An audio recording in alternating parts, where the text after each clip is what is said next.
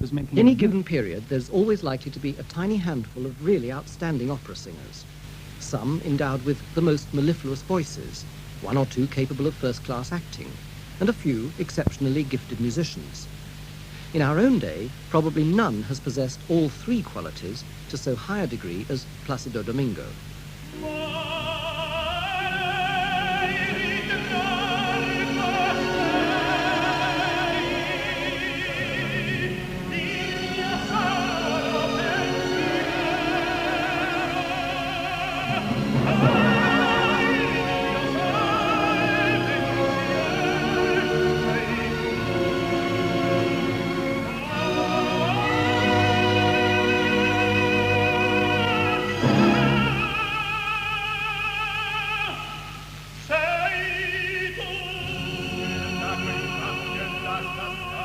Domingo in Tosca. Born in Spain and brought up in Mexico, Domingo is still in his early 40s, yet he's already given twice as many performances as Callas in her entire career, recorded some 50 complete operas, and even found time to make a number of pop records as well. It was in southern Spain in July 1983 that Domingo found the time to record these conversations with me. The circumstances were ideal. He was making a film of Bizet's opera Carmen. For the first time in many years, he was spending a solid 2.5 months or so in his native country, was surrounded by friends and family, and was required each day not to sing, but merely to mime to the sound of his own pre-recorded voice. While I was there, Act 3 of Carmen was being filmed in the spectacular mountains of Andalusia at night.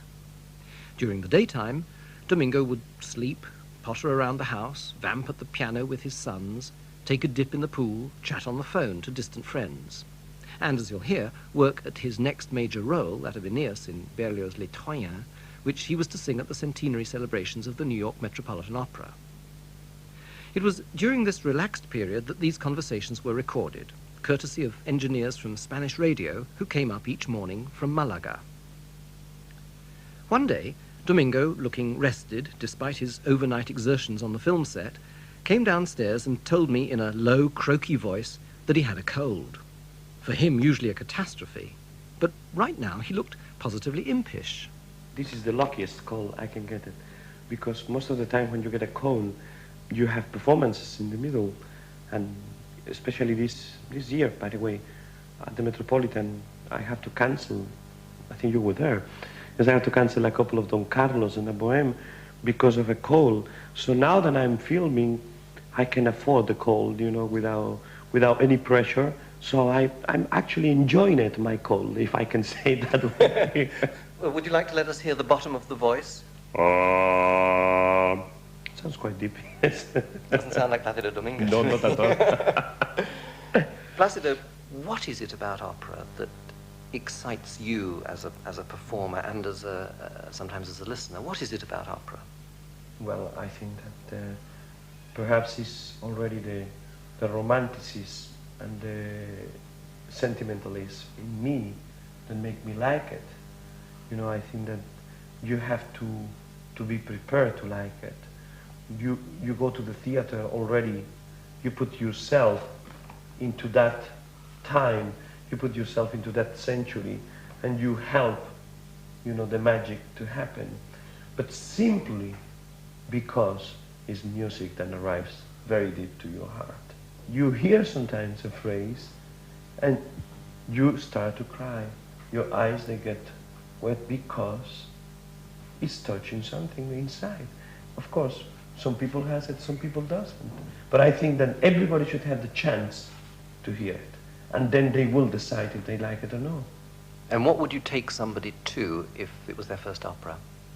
I will take them to an opera that it has a lot of sentimentalism combined with a little bit of humor and so on. For me, the ideal opera to initiate anybody really is La Bohème.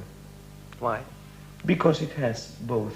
It has the, first of all, it's the perfect opera for me. Second, it has all the romantic and sentimentalist music. The inspiration is great. And then it has, you know, the hint of humor and the characters that the people feel identify. You know, I said, oh, I wish I was doing that role. It's fun, you know. So I think that is really the ideal opera to show anybody.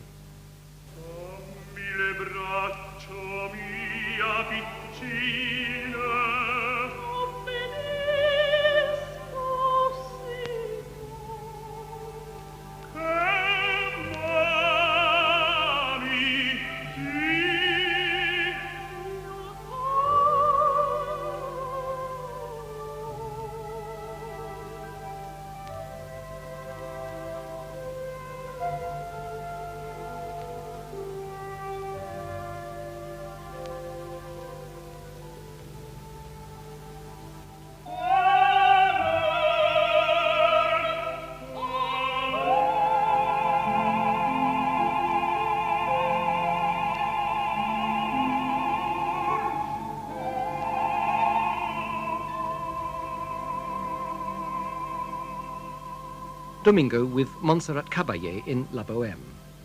Your repertoire, your operatic repertoire, is enormous. You've sung 80 roles or thereabouts. How many of those different roles do you have at the top of your head that you could more or less go into rehearsal? I suppose about 30 of them. I can just go to the stage and sing them. Another 20 or so, if they tell me, well, I prepare them and I will go either tomorrow or day after tomorrow. And the rest, probably I will need, to concentrate a week on some other ones more because I have done it once or twice. Can you give me an idea of how you approach a new role? I mean, for example, I know at the moment you're preparing Les Troyens, which I think you have not... You can say that at the moment I'm going out of my mind with the Troyens. Because, first of all, let me tell you, I think that Berlioz has been one of the most eccentric musicians. And his music sometimes is so simple, and other times doesn't make any sense. But going back to your question, I sit down at the piano and I try to play all the score with the music. I do admit I listen to recordings, many musicians, they say they never do it. I don't believe it. I don't believe it. If there's a recording, you're bound. If there is a recording, you listen to it. You listen to it, even if it's for a guide, even if it's for something to learn not to do. Let's see. But you have to be humble enough to admit it, and you listen to them, because we all need, for preparation. And actually, after I sit down and I play the score, the whole score, and then I see how my part fits into the whole opera, and finally I sit down and I start to study my part. But you're not singing at all? No, I start studying it in a way that little by little the music and the text start to make sense, and then later on I start to sing. That's, by the way, something that I have of my advantage, because many people can say, well, Placido, you have sang so many performances in your life. Yes, but they don't realize how much I have saved my voice not going to the coach, Yes. not go to coaching, because go to coaching, it represents many times you make appointments, and let's say that I have made an appointment already for today with this cold, so I will still go because I have an appointment. And you'd use up your voice, which is in bad shape. Your voice, which is in bad shape, or wherever you go to the coach and you might not be prepared. You are tiring yourself, yes. So I do my work whenever I feel like doing it and when I am ready to do it. And you simply can mouth your part without actually vocalizing it. Sure, actually the part starts being on my fingers first, then start being on my eyes, then finally they start in my mind, and then I put it into my lips.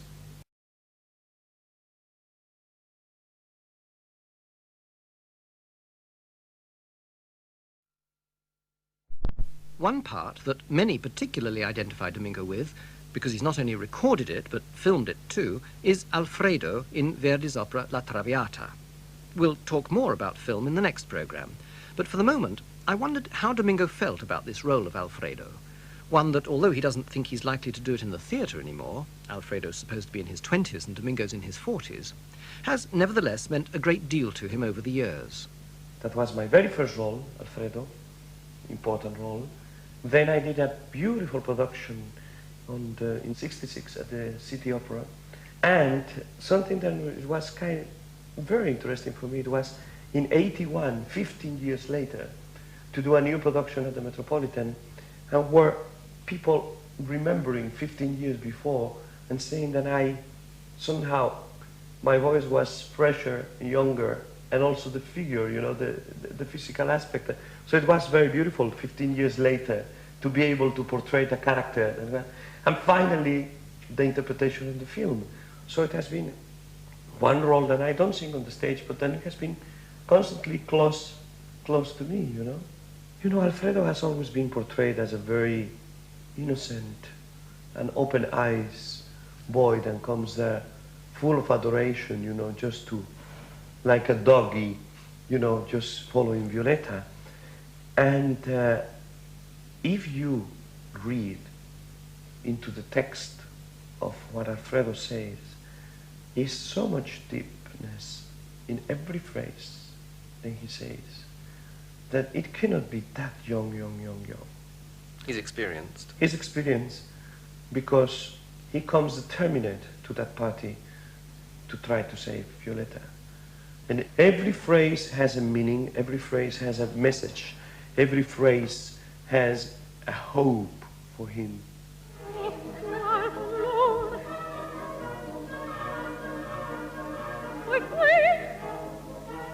Cessata l'ansia che vi turbò, Stamenia, anco tale Luisa ucciderete, a verve d'uomo cura dell'esser vostro. E la potrei, o se via foste, custode venierei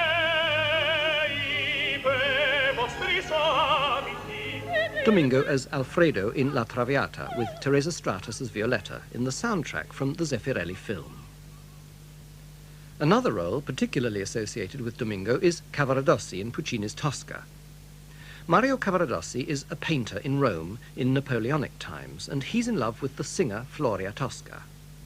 But Cavaradossi is also a political revolutionary, prepared to risk his life to help Angelotti, consul of the former Republic of Rome, who has escaped from prison.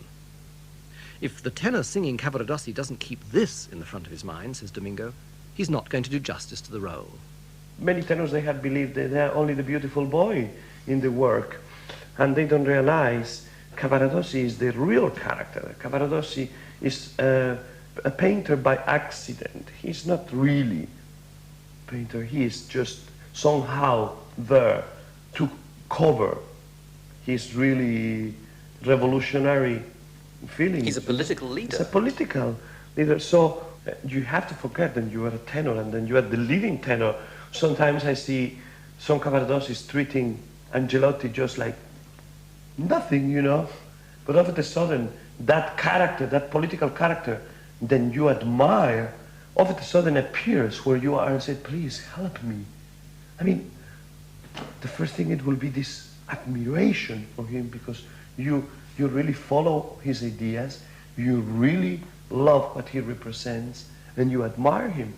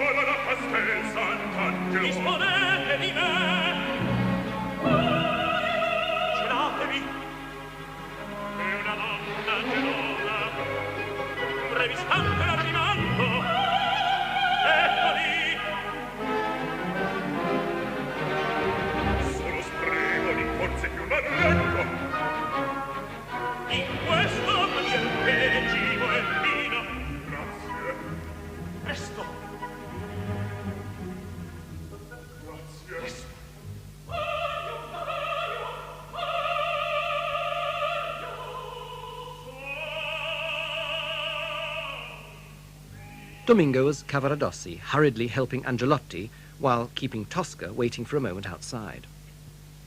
2 acts later, after being captured and tortured by the evil chief of police, Cavaradossi is due to be shot by a firing squad. Tosca, by appearing to offer herself to the police chief, whom she then murders, has managed to extract a guarantee that the execution will be performed with blank cartridges, and she rushes up to her beloved Mario to tell him all she's done. We are free, liberi, they sing. The difference is that Tosca believes it, but Cavaradossi doesn't. He knows that he's going to be shot, you know.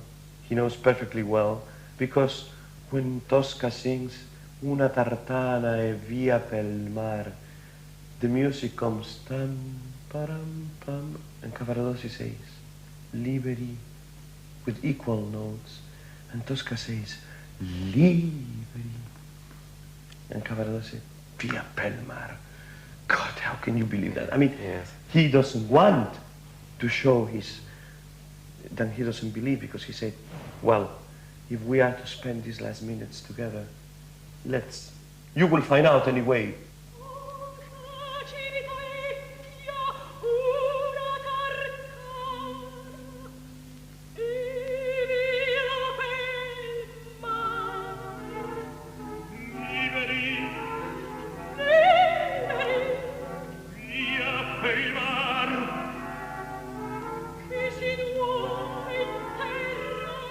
Domingo with Renata Scotto in Tosca.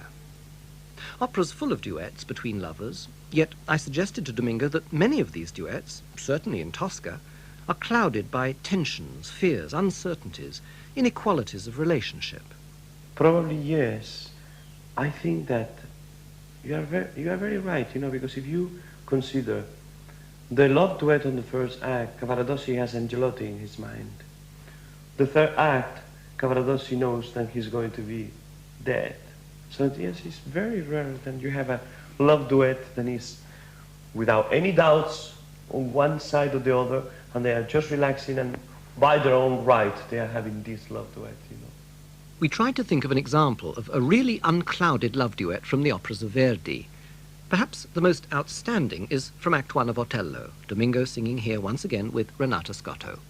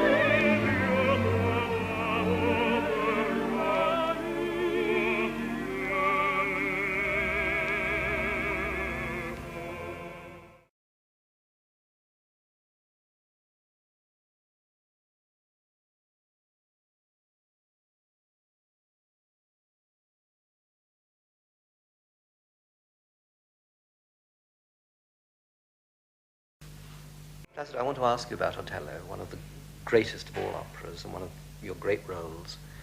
You've now sung it 70 times, 80 times, yes, whatever, yes. over a period of years. You're still growing as an artist.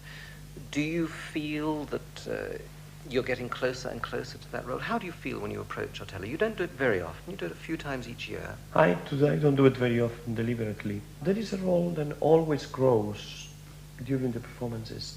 And when I leave it and I take it again, my vocal ability is always different, and I can sing the role easier, and I feel deeper and deeper into the characterization. And I think that's part of the fact that I don't do it too often, because to do it too often, it will be like trying to run the marathon every month, you know. You leave the marathon for special occasions. Yes, no doubt that Otello requires from me everything. And I wanted, every time that I do Othello, I want to be on a special occasion for me.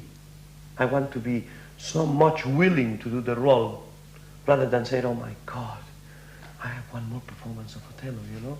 No, I want to be really waiting for it, you know? I mean, I've heard people say, Domingo does Otello now because the voice is getting darker, and he does L'Elisir less because it's not such a light voice. Is the voice changing over the years, or do you find that you can move in and out of dramatic and lyrical roles more easily? I think the voice is changing, yes, it changed. But it's not changing to be darker, it's not changing to be more dramatic. It's changing just in the, maybe it's more endurable. I can resist better the tessitures. And, but the voice, you have to be able to master. The voice cannot master you. You have to be able to master. And you have to be able to, really like a painter, combine all your colors at the palette and being able to sing as lyric or as dramatic as the moment requires. It's not only one opera or the other. It's in the same opera how many moments there are of tremendous lyricists and how many others that are very, very dramatic. An opera like Otello has almost everything in it for you. Sure. You have moments where Verdi wrote 4 and 5 Ps, pianissimo. So you really have to sing piano. But the color of the voice has to be dark in Otello. You see? It doesn't matter what are you singing, piano or fortissimo. The color has to be dark. If you don't have a darkest quality in your voice, you cannot sing Otello. It's almost a baritonal quality that's required. Yes, you have to look for that kind of color. Whereas in Bohème or Manolesco, you have to be a lot lighter. And Manolesco is quite a dramatic part in moments, but it has to have the youthful sound and the lightness of the voice. Just on this one subject, you once, I remember, said that after singing a role like Otello, you find that you can deal with the lyrical things more easily after doing. Sure. Is that so? Sure. I cannot explain you why. Since I started doing the Othellos in 75, my voice started to get easier. I don't know if it's because I approach more the maturity or the age, then the tenor has to sound better, has to be better. Because when I did my first Othellos, I was 34. But the fact is that since then, I have really, really feel that I can sing a lot better, and I can sing the light and lyric music easier. A lot more easily. A lot more easily than I used to do it before. Here is Domingo in fresh lyrical voice in a recent recording of an aria from Bizet's Pearl-Fishers.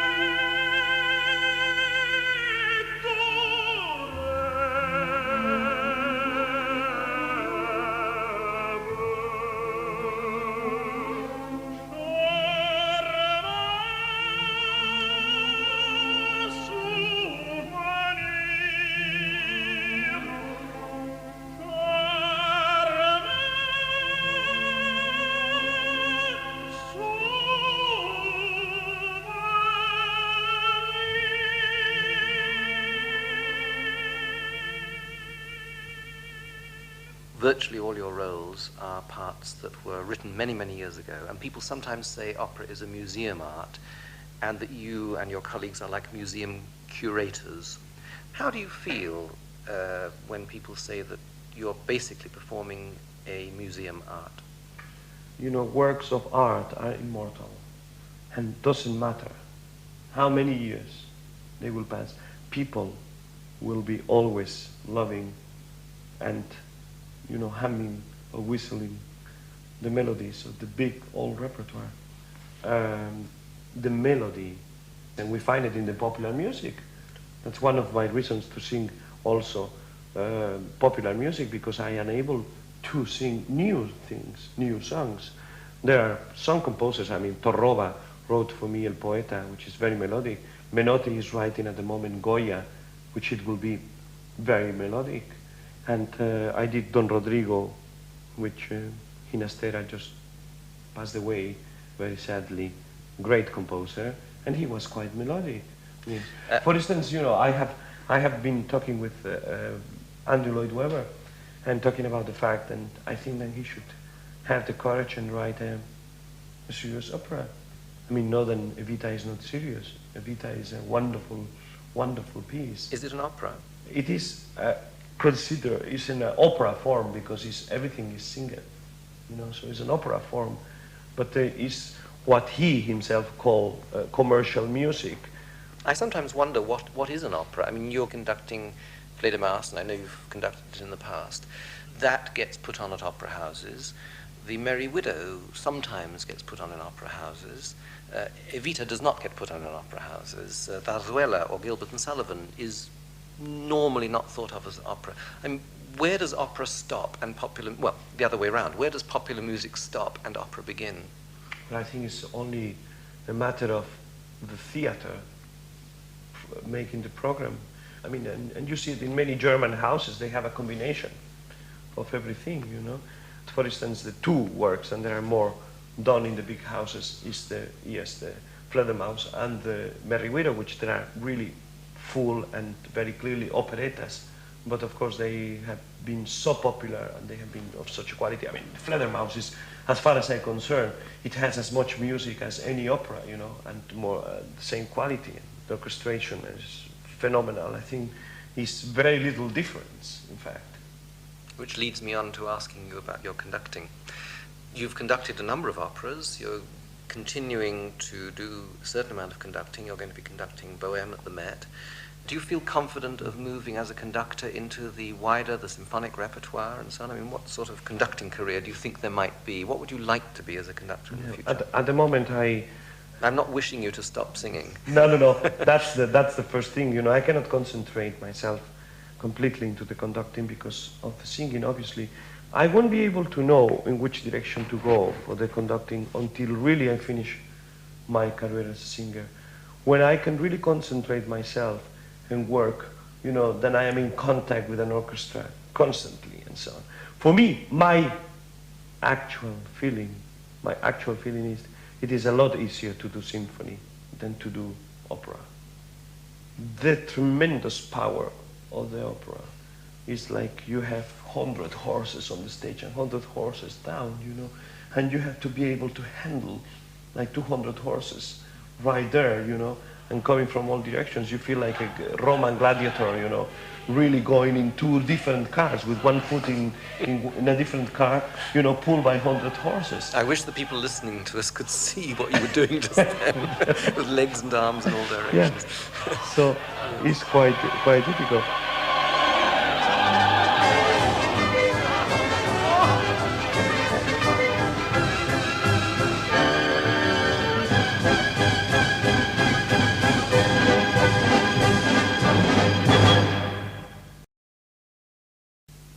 Recording an opera can be a long, laborious business.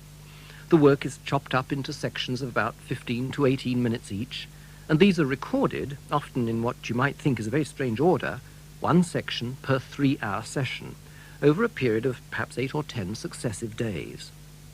A difficult orchestral passage or a big aria or ensemble may have to be retaken 3, 4, 5 times before all the mistakes are ironed out. The whole process is very demanding. Now, Domingo's obviously very good at it and is able to inject a sense of performance into the somewhat bizarre requirements of the recording studio.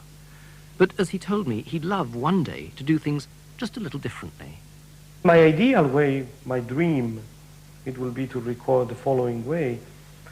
If I will have my choice, is a conductor will rehearse first with the orchestra alone and then with the singers, and then let's say, well, ladies and gentlemen, in 5 days, we are going to record the opera 3 times complete, from beginning to end. And then it will be the continuity, it will be the interrelation between characters and so on.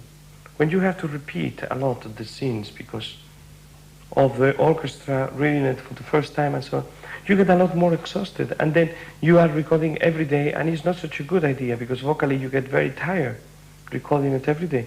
So I would love to do the performance today, then tomorrow rest, day after tomorrow to sing it again, another day of rest, do it like this, you know. And that will be absolutely my ideal way of doing it. You've recently been recording Hernani just like that, yes. in the theatre. Yes. They recorded all the performances. Mm-hmm. That has the advantage that there will be continuity. Yeah. But of course there are disadvantages of doing that way as well. Sure, it could be disadvantages, first of all, of noise. That stage in La Scala is very, very noisy, especially with this production that we had, and was very, very peculiar, to say the least. Quite a volatile audience. Yes, also, as well. Fortunately, they were not always at the same time, so they can manage. And I tell you, what I'm thinking is even in studio, the complete act from beginning to end, so mistakes doesn't matter. You will do it another day. The mistakes won't be on the same place always, you know.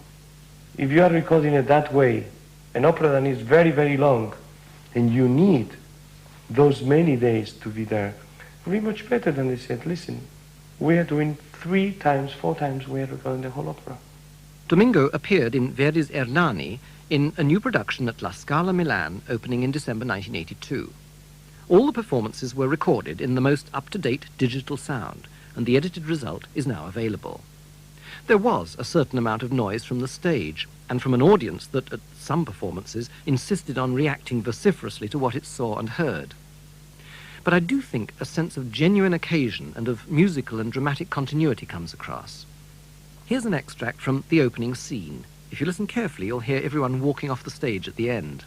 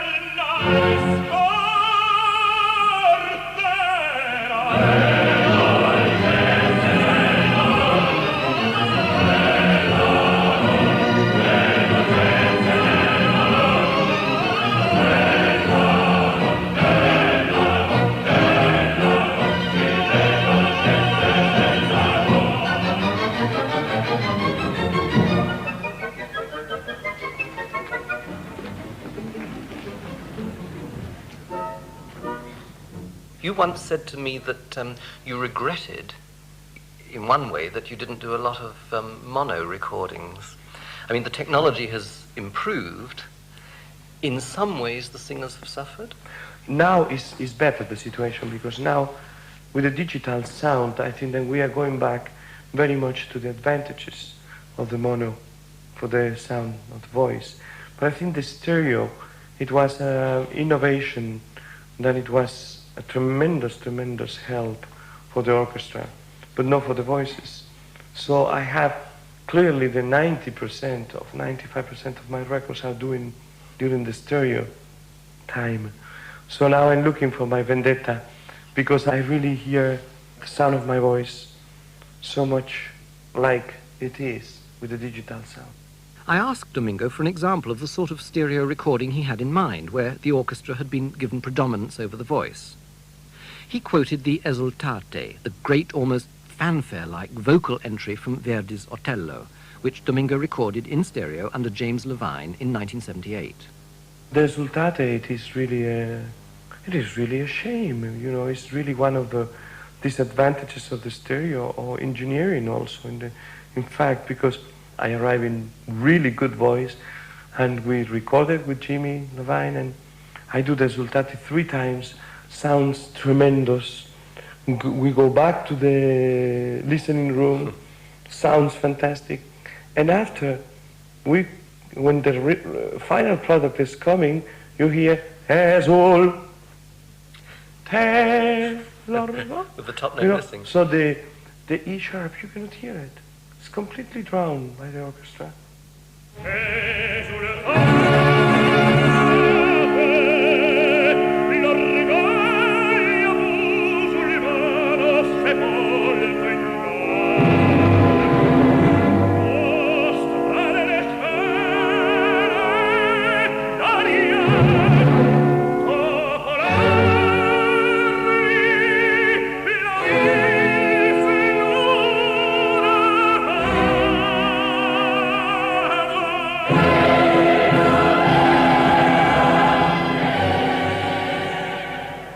Most of the time I don't like them when I hear them immediately. And then at the distance, I start to like my records more. They grow but always with the particular problems of the stereo. I don't say that it's completely wrong, heavens. But it's just the predominance of the orchestra over the voices. Don't all singers think that? No. No. I think that you can hear it very obviously. And the mono time, you can hear the singers dominating. And the orchestra was not weak. The orchestra was good, but it was not that powerful as it has been with the stereo time.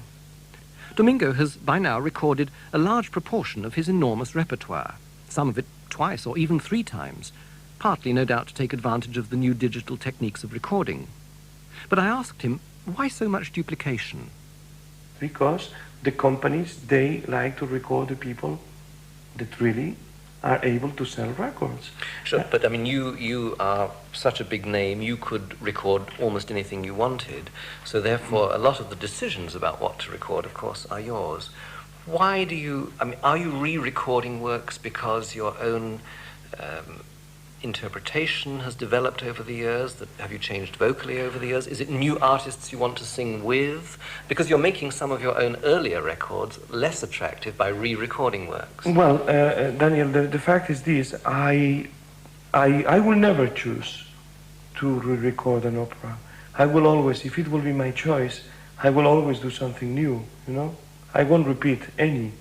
But the fact is, and they ask me to do it again, and I have to do it. And in some instance, with a very short time, for instance, my 2, now 3 Carmens, they have been in a distance of, let's say, 8 years, you know? And 2 of them, they were in a distance of 3 years.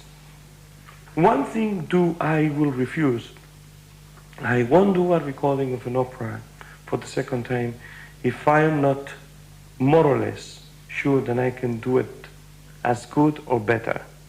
You know, because I think that it will be very stupid. People will say he's going downhill. Yes. So I think that the more you go, and so far I have been lucky. Some of the works that I have recorded 3 times, like Aida, the result has been better.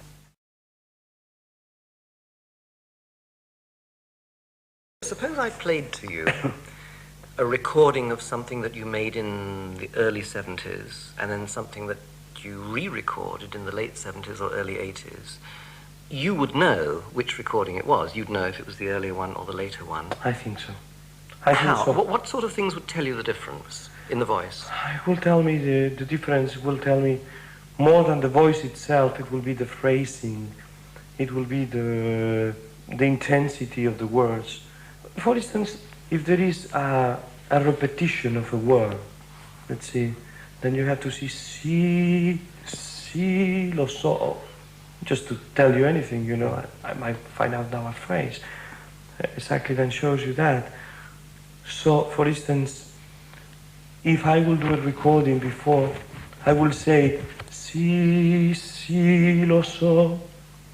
And today, or in a later instance, I will say, lo so. So the emphasis of the between these 2 C is not only the energy, but it's the punctuation which exists in the singing, is the timing of the phrasing, which it doesn't have anything to do, perhaps, with the quality of the voice. It doesn't have anything to do with the darkness or the more dramatic singing, but simply of the interpretation. And on that respect is probably what I can really make it up. Sometimes it doesn't have anything to do with the lighter of the voice, because, for instance, I'm able to sing today lighter than I was singing, let's say, 5 years or 8 years ago. So if I hear a performance, not a record, but a performance that you recall in the theater of La Bohème last week, or one that it's 10 years ago, the fresher one, it will be the recent one, yes. You know? So it doesn't necessarily, I don't find out by the timbre of the voice, but really by the maturity on the line and on the expression and underline much better everything that I say. This vocal freshness I can certainly vouch for. Domingo's Bohème in 1983 had a brightness, a lyricism, that he could scarcely have excelled when he did the opera at Covent Garden 10 years ago. But I'm bound to say that, to my ears at least, Domingo's early recordings don't usually contain noticeably less energy or verbal intensity than his more recent ones. Anyway, you can judge this for yourself from 2 recordings of the aria Rachel Camp du Seigneur from Halévy's opera La Juive. I'll cut back and forth between one recording issued in 1969 and another in 1981. And I'll start and end with the early version.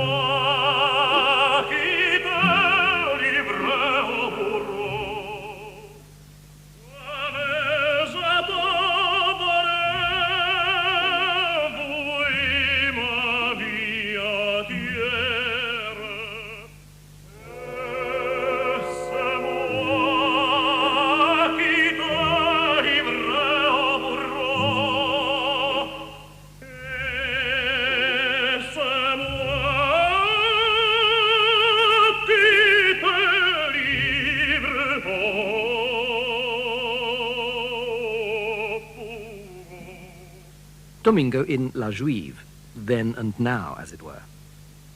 In addition to his many records, Domingo's also starred in something in the region of 50 telecasts of opera. He's a great believer in opera on the small screen, though I put it to him that surely there's no substitute for the real thing, the direct impact of live opera in the opera house. That's absolutely the truth. I mean, fortunately for us and for generations to come, there is not a substitute for the theater. The theater will live forever. It lives now in a very, very strong way, and it will live forever. One of the reasons the theater will live forever is because of television, because people every day get more and more, and because they don't get completely the real thing, their curiosity is awake, and they come to the theater. And not only that, but the videos are helping tremendously economically the theaters in order to really survive the tremendous financial problems that they have today. On the other hand, yes, it's not substitute like the real thing, but it has an advantage. For instance, if you are able to be a good actor, believable in your part, some little details, they come on the camera which you can never catch in the theater, you know.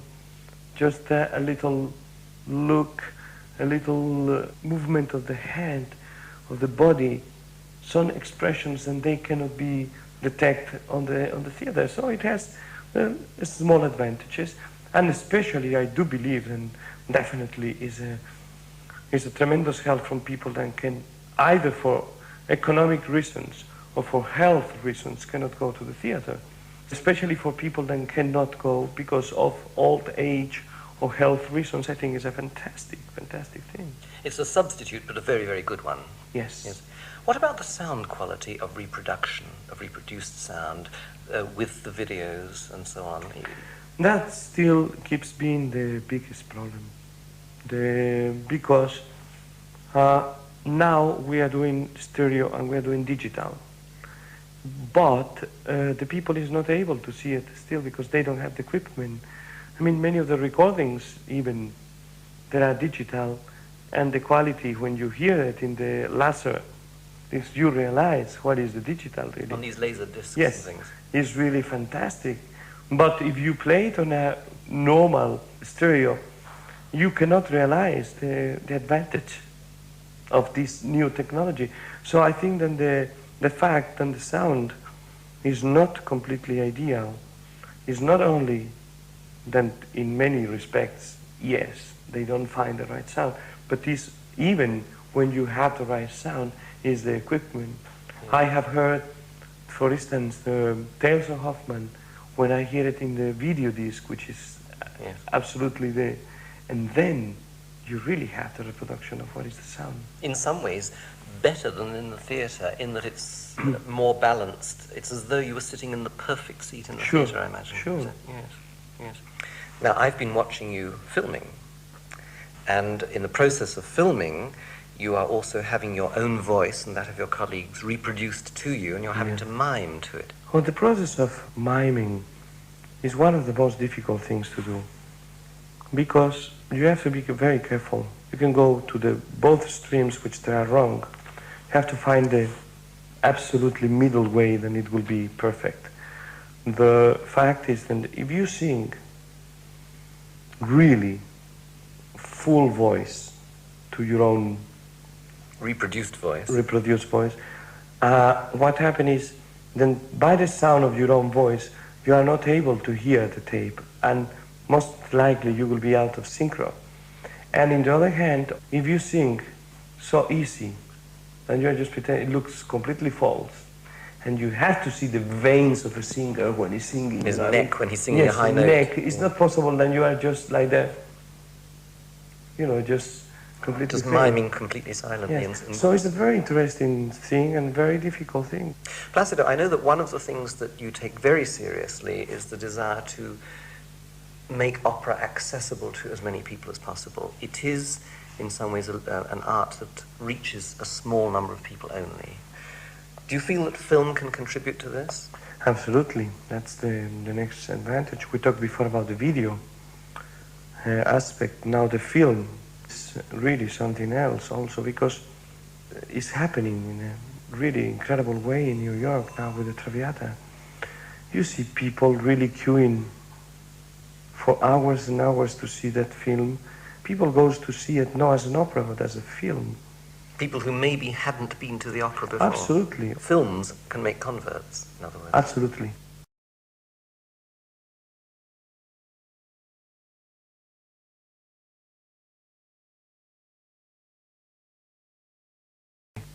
Records, television, video, film. There's a vastly more substantial document of the achievements of Placido Domingo than of any other opera singer. Yet Domingo's also found time to make records like this, for instance. Yesterday, all my troubles seem so far away. Now it looks as though they're here to stay.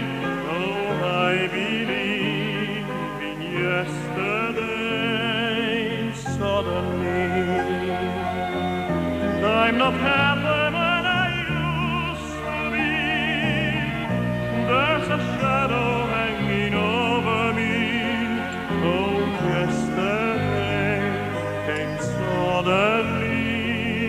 Why he had to go, I don't know, she wouldn't say. I said something wrong, and now I'm wrong for yesterday. The Lennon-McCartney song, Yesterday. Domingo's made a number of albums of middle-of-the-road popular music which have gone down well with a large public. Yet he's occasionally been criticised for making these recordings. Why does he do this sort of thing, some ask? Can it be for the fame, the money? Well, I put these questions to Domingo, and he had a number of answers. Well, I do that sort of thing, first of all, because I like it, which it will be enough to answer them. But I also do it because in the beginning of my career, I was going to be a popular singer until I find out the opera. So it's always a certain love there for me to do it, you know. And I mean, this other music, it really helps to bring people. I can show you letters by hundreds, you know, of what the way they have discovered me, the way they have discovered opera through me because of those records. I don't do it for economical reasons, because then I will do it all the way. I mean, if I realize how much money I could do, you know, and I have been offered already big things in Las Vegas, spectacular things, which, you know, there are amounts, and there are really, it makes your head it makes you dizzy, you know, just to think, and I don't, you know, I just go with opera, which everybody thinks that is tremendously well paid, and I can assure you that it's not well paid opera at all. Compared to that, I mean, it's nothing. I cannot deny it, of course, that these records, they give me more money than the operatic records, you know. But I will never exchange doing an operatic record because of a popular record. If I have to make my choice, I will do the opera. A lot of people have the image of you as living the great, perpetual, glamorous jet-set life. One triumph after another, one performance after another, jetting around, meeting the rich and the famous. Actually, I mean, there's truth in this, but your daily life and your weekly life, there's a very great deal of sheer hard work. It is, and... which is very unglamorous. Yes, absolutely. And if it wasn't because of my character, I wouldn't be able to do it. It has something to do with my way of being in order to cope with all that kind of work. Are you a workaholic? No, I'm not workaholic. I'm just enjoy what I do because I don't feel it's too much. That's the difference. I don't feel it's too much. The only thing I would like sometimes is, and that, something that maybe you are having the exclusive premiere now, something that it might not please some of the theaters, but I will have to do it probably. And I will say, sorry, my plans, they have changed. I want to be able to do a couple of years of improvising my work. Just going wherever I feel they need me for the moment, going to new places, and not to follow a schedule. I owe that to my family, and I owe that to myself also. How many performances do you give in a year? A lot less than the people think. Lately, the last years, it was about 70 performances, 72. This year is going to be less. This year it's going to be about a maximum of 55 or 60. And will you be increasing your repertoire, or will you be solidifying the existing repertoire? I will rather solidify the existing repertoire because obviously all the interesting works that I want to do, I have done it. So I want to each day improve them. Also the mind, it needs a bit of rest in a way because you are studying constantly. So when you arrive to that amount of repertoire, sometimes you wonder why, especially if there exist so many theaters in the world, then they haven't heard you even doing Tosca, you know? Of which you have done about 175 yes. performances. Do you know what has driven you to achieve so much? Have you ever tried to analyze your own motivation? I think it's just, I just love what I do, and I feel great. I mean, I think that the satisfaction of, first of all, serving the music, it is wonderful. And of course, having the public and loving it, it's great. And just enjoyed myself on stage.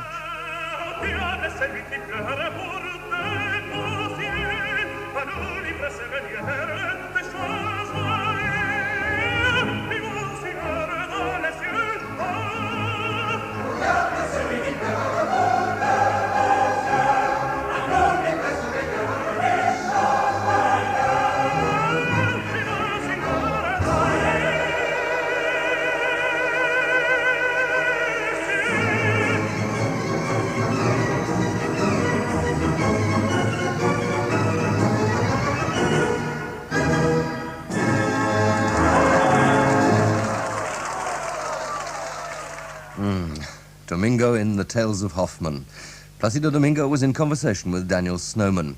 And you may like to know that on New Year's Eve on BBC Two, you can see Domingo live from the Royal Opera House, Covent Garden, not singing, but conducting Johann Strauss's Die Fledermaus.